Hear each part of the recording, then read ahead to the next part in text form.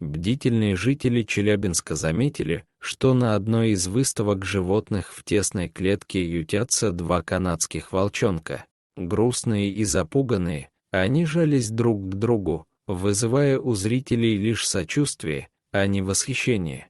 О ситуации узнал основатель фонда спасения диких животных «Спаси меня», ветеринар и зоозащитник Карен.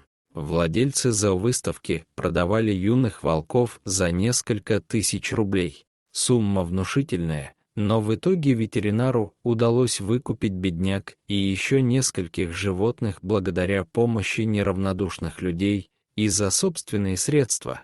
Братьям-волчатам было около 10 месяцев. Их назвали Грей и Лорд. Сначала Карен осмотрел зверей, у которых обнаружились проблемы со здоровьем.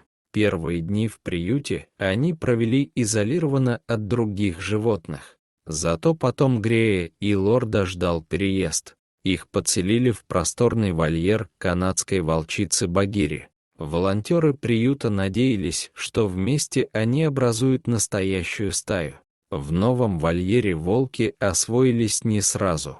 Поначалу они сидели в своем домике, высовывая носы лишь тогда, когда на пеньке появлялась аппетитная еда. Их соседка Багира воспринимала новых постояльцев спокойно, разве что кормить ее приходилось отдельно, так как Грей и Лорд не сразу проявили себя, как джентльмены, съедали все, что попадало в вольер, не думая об аппетитах своей подруги. Вскоре юные волки привыкли к новому дому и стали выходить из своего убежища в вольер почаще.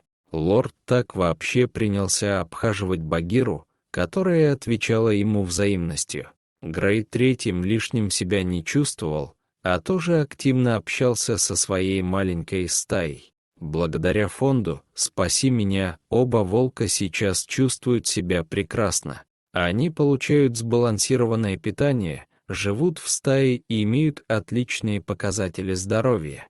Теперь у них есть просторный вольер, а не тесная клетушка, за ними постоянно наблюдают и правильно ухаживают. Дорогие зрители, если вам понравилось это видео, то ставьте лайк и подписывайтесь на наш канал. До свидания.